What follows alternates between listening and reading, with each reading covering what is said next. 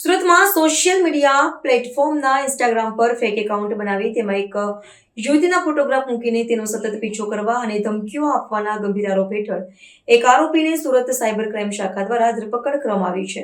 આ કેસમાં આરોપી હાર્દિક કાનાભાઈ કાતરિયા ઉપર આરોપ છે કે તેણે ફરિયાદી યુવતી સાથે મિત્રતા કરવા માટે દબાણ કર્યું છે। જ્યારે યુવતીએ તેની સાથે મિત્રતા ન કરવાનું કહ્યું ત્યારે આરોપીએ તેને ધમકીઓ આપવાની શરૂ કરી હતી।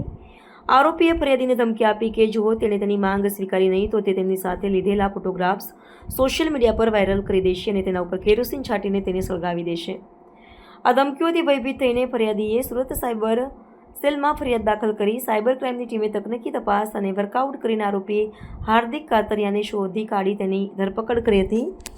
ધરપકડ કરાયેલ હાર્દિક કાનાભાઈ કાતરિયા ભાવનગર જિલ્લાનો વતની છે અને હાલમાં તે સુરતના પુણા ગામ ખાતે સીતાનગર ચોકડી પાસે વિક્રમનગર સોસાયટીમાં રહેતો હતો અને DGVCLમાં નોકરી કરતો હતો।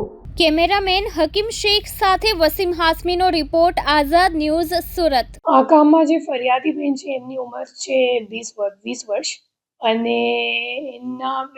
અને જે આરોપી છે હાર્દિકભાઈ એ પણ એમના કોલેજમાં મળેલા એક છોકરો છે એમની વર્ષ છે 21 વર્ષ અને બંને ઓળખતા હતા એકબીજાને।